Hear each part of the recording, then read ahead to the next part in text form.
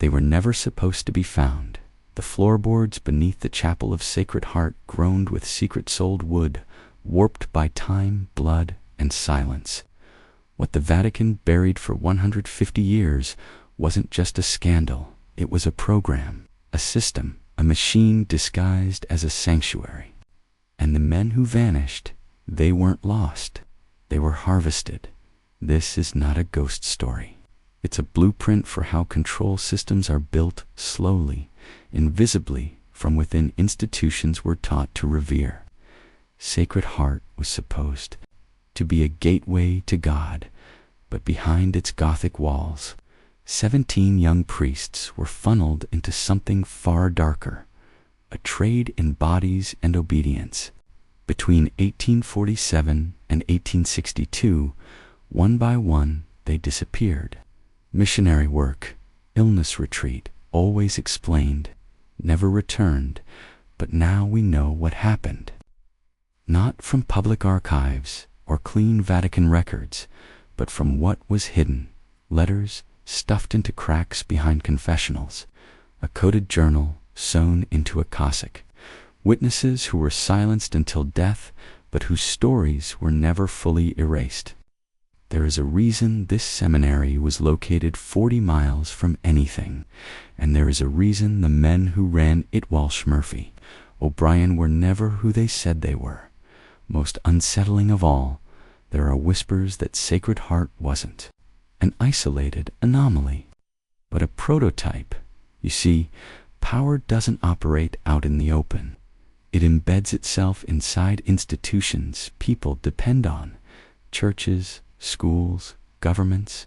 It creates rituals of obedience, layers of hierarchy, walls of traditional designed to make questioning feel like betrayal.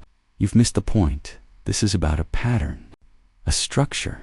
Everything was stripped. His name was replaced with a number, his clothing replaced with robes, his schedule dictated to the minute.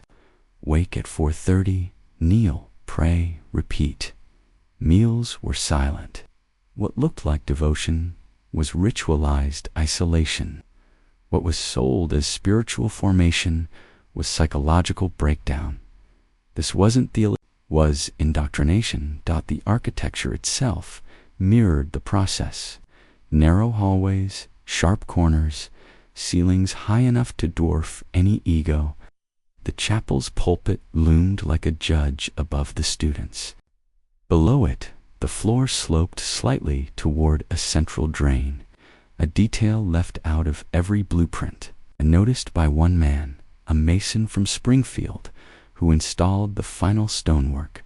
He told no one, not until years later, when his granddaughter found his journal hidden beneath loose floorboards in their attic.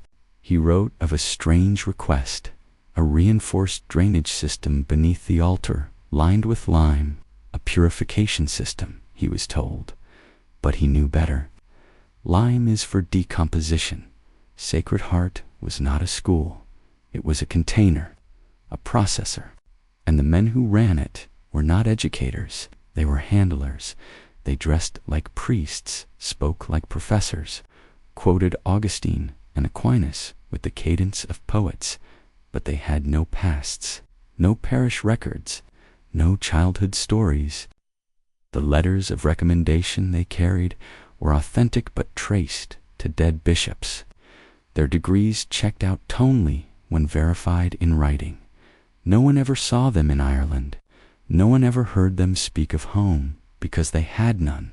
They were phantoms conjured by bureaucracy, inserted into a position of absolute trust, with no accountability and no oversight.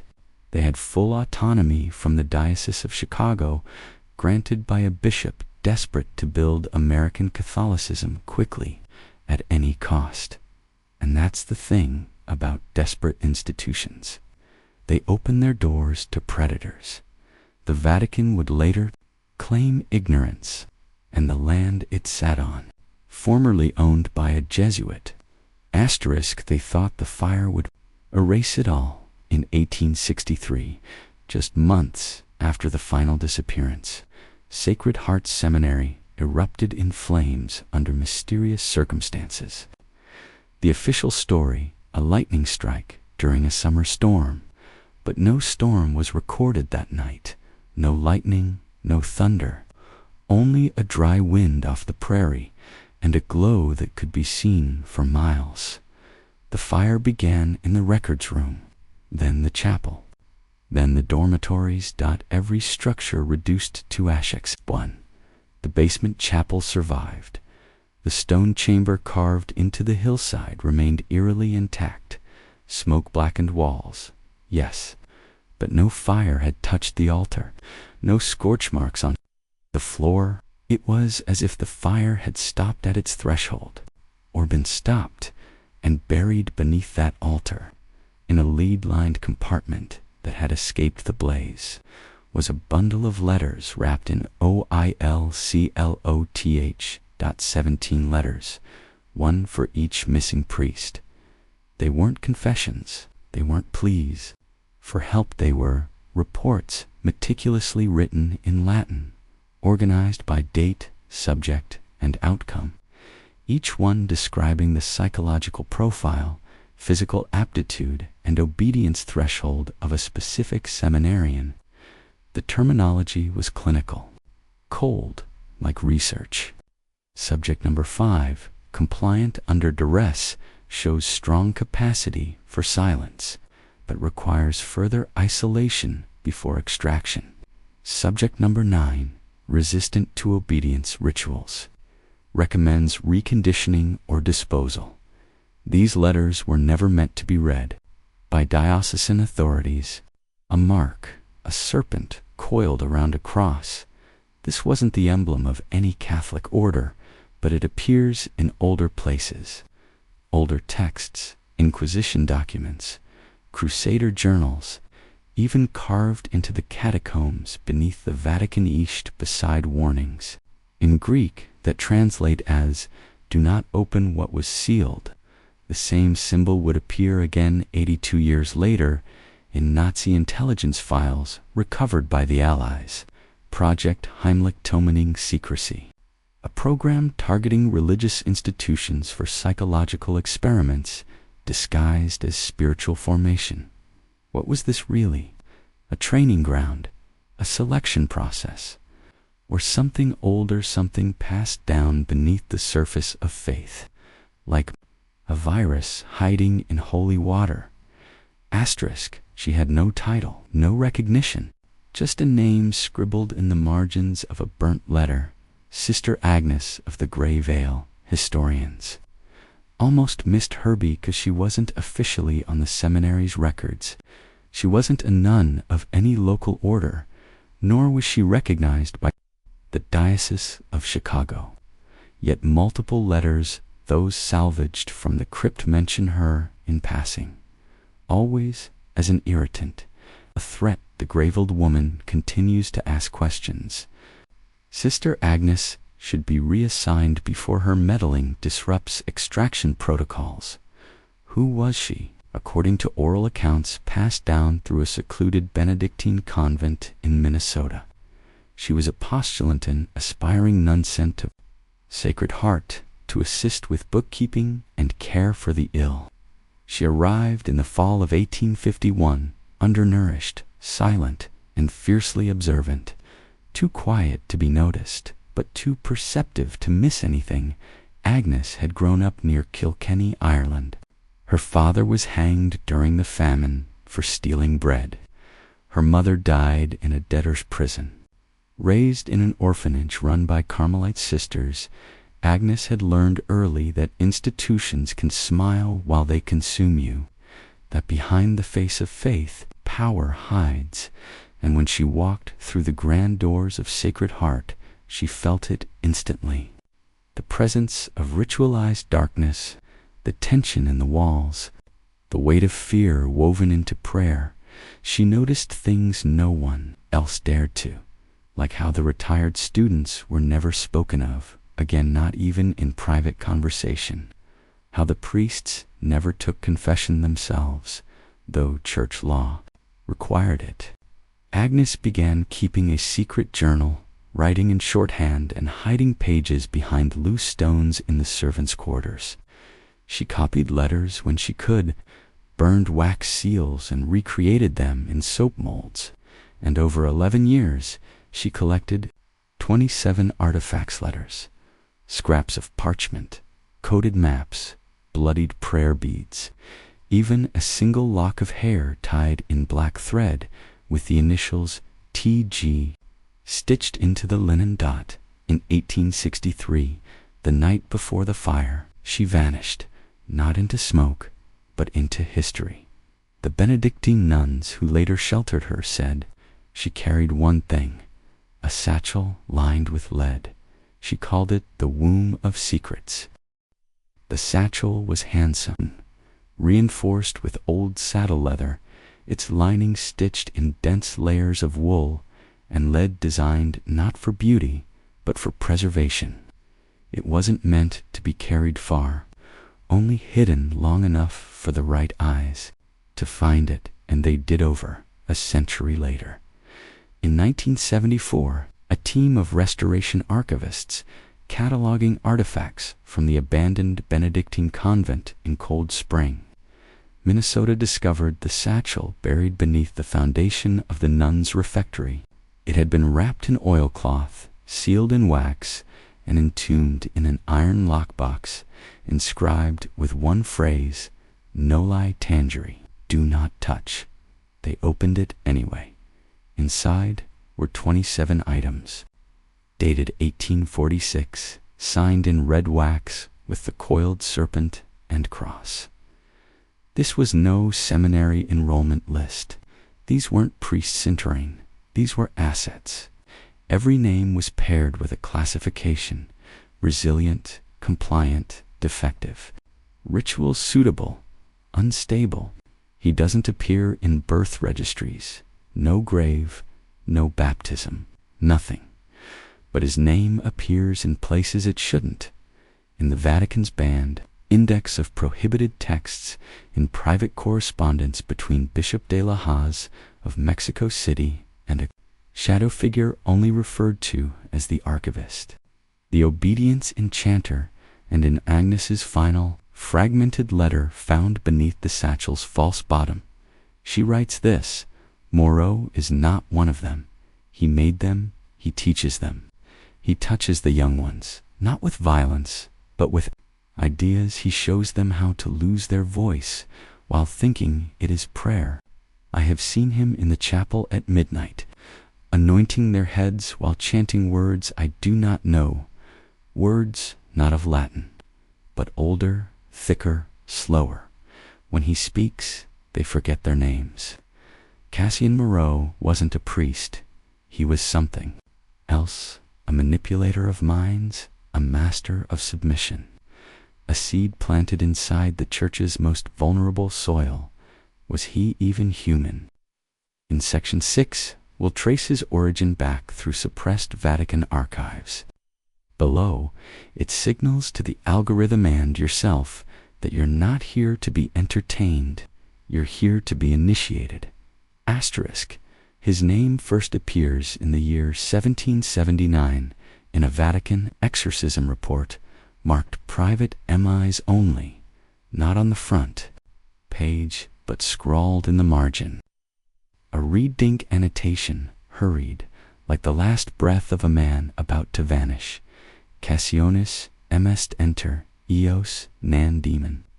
Homo sed payer. Cassian M is among them, not a demon. Or France, or anywhere the church could place a marker.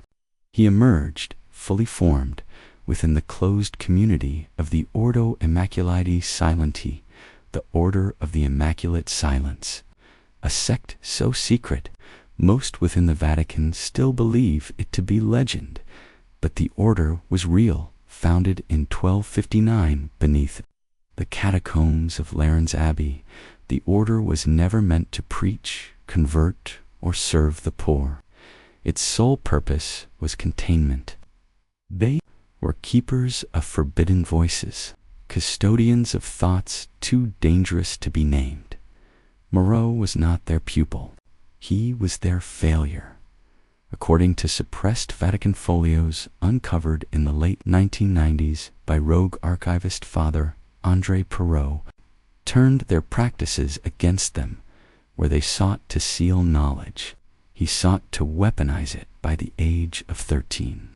He could recite the Litania Reversia set of prayers designed to invert obedience into dependency.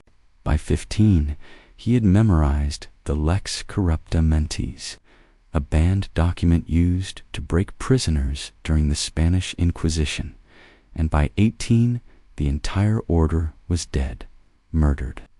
No, they stopped speaking, they stopped moving, they simply stopped, found, kneeling in the lower catacombs, hands folded, eyes open, lips bloodied, as if silenced by force, but with no wounds.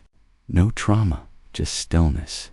Dozens of bodies preserved in a state between life and death, like statues abandoned by their sculptor and etched on the altar in blood.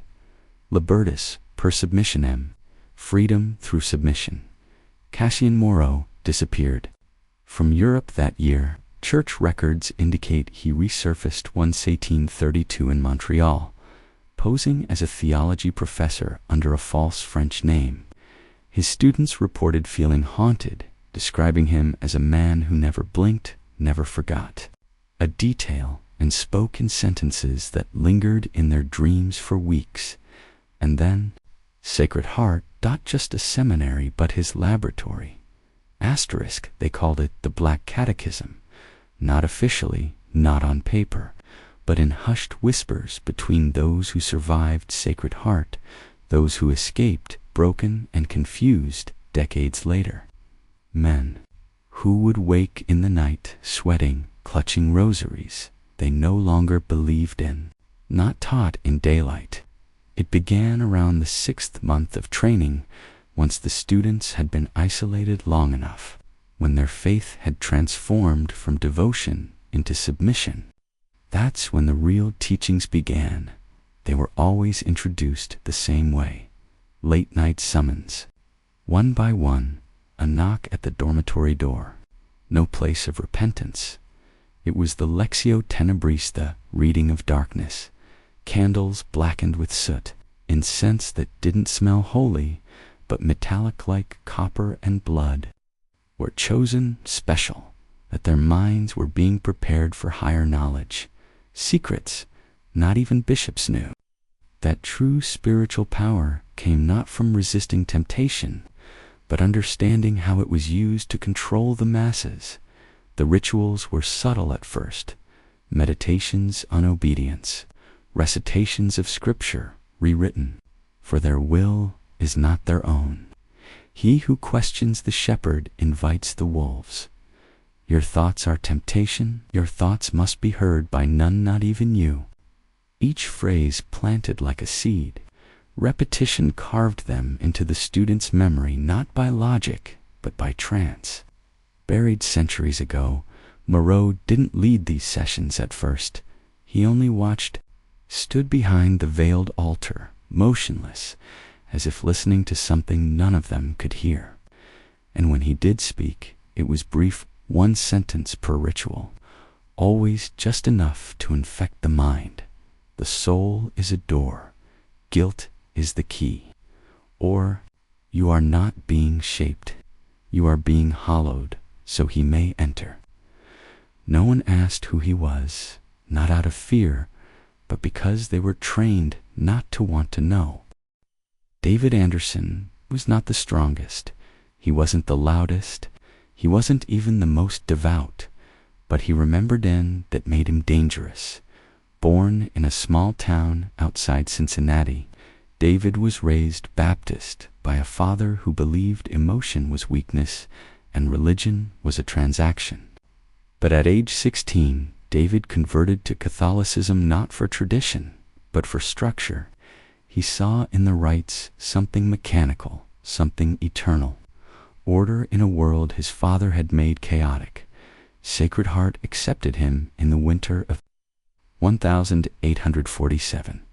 He was the only convert in the seminary's founding class, and from the beginning, They watched him differently. He didn't bend easily, didn't cry when punished, didn't retreat into guilt when he faltered. When others broke beneath the daily rituals of submission, David studied them, watched them, like a chess player memorizing a pattern too calculated to be divine, and he noticed something early. The priests were afraid of memory when he quoted homilies back verbatim. They dismissed him. When he corrected a theological inconsistency, they changed the subject. When he recalled exact phrasing from Moro's midnight lectures, he was sent to isolation for spiritual arrogance. But David didn't forget, not even after the rite of diminishing names. They tried it on him to dot same blindfold, same chamber, same voice. Who are you? He spoke his name, David Anderson. And when the shaming began, he didn't defend himself. He didn't resist, he listened. He memorized every word. Moro stepped forward, whispered, "What remains when your name is gone?" And David answered calmly, "Memory." The room fell silent. Even the priests stopped moving. In that moment, David wasn't theirs. He was something else, a mirror. A crack in the program that night, they marked him for diversion, a term he would later decode in the hidden journal of another vanished student. It meant removal with ritual contamination, not fit for sale, not clean enough for sacrifice, but too dangerous to remain the following night. They came for him, but David was ready. He had mapped the guards' rotations, memorized the layout of the underground chambers, smuggled a key carved from a stolen spoon. He moved like a ghost covered in ash, whispering psalms in reverse to trigger the trauma responses the priests had conditioned into the others. It worked. He escaped, the only one who ever did. He disappeared for 30 years. Asterisk. That's what the newspapers reported in 1911, when St. Martialis Chapel in northern Michigan was suddenly demolished under the supervision of a quiet Vatican envoy. No ceremony, no public sale, just bulldozers at dawn. But termites don't scare popes, and they don't explain what was hidden in the foundation. David Anderson resurfaced in 1882 under a new name, Brother Elian Mathis. A reclusive monk, he arrived in rural Michigan with forged papers, a cart of bricks, and a blueprint drawn entirely by hand-no architectural stamp. No parish approval. Yet within 6 months, a chapel rose from the woods. Alone, he called it St. Martialis, a name you won't find in any traditional Catholic litany. But if you trace back through apocryphal records, Martialis was the first exorcist of the Roman Church, a man who disappeared in Gaul after refusing to obey a direct order from Pope Fabian to suppress a rogue rite of memory. Coincidence? No dot inside that chapel. Everything was a message. The stations of the cross were out of order. Deliberately, Station 12, the crucifixion, was missing. In its place, a stone panel etched with inverted Latin, ipsum verbum meminit nos. The word itself remembers us. The stained glass windows didn't depict saints. They depicted students. Young men with broken rosaries, hollow eyes, mouths stitched shut. One bore an uncanny resemblance to Michael Brennan, another to Thomas Gallagher. Most disturbing of all was the altar itself. It was built with original stones from Sacred Heart Seminary. How do we know? Because in 1909, 2 years before the chapel was torn down, a historian named Edwin Kerrigan visited the site during a routine diocesan survey. He was an amateur symbologist, fascinated with medieval codes. He documented everything. And in his notes, never published, but preserved by his granddaughter, we find a revelation. The floor beneath the altar was carved with a geometric cipher, matching the forbidden diagrams of the Codex Silenti, AN excommunication-era document Moreau was rumored to have possessed. It formed one phrase, "I remember for them." It was David's confession. His rebellion wasn't violent. It wasn't loud. It was memory. He remembered every face, every ritual, every lie, and encoded it in stone and glass where the church could never erase it, until they did. When they destroyed the chapel, they didn't even preserve the stained glass. But one fragment survived, hidden in a farmhouse in Alpena, smuggled by a woman who claimed she had seen the glass bleed when sunlight hit it. Asterisk, there are stories you hear, and there are stories that mark you, like ash rubbed into the skin, like a name you were never meant to know. This was never just about priests, not about missing boys in cassocks or twisted rites in forgotten chapels. It was about something far more ancient, an unbroken lineage of control, of identity erasure, of ritualized obedience masquerading as holiness. The truth is, Sacred Heart was never fully destroyed, not in fire, not in stone, and certainly not in memory. The Vatican claims the grounds were razed in 1923, after an unfortunate incident involving trespassers. The Illinois Historical Society states that all records were lost in a flood, but satellite imagery shows otherwise.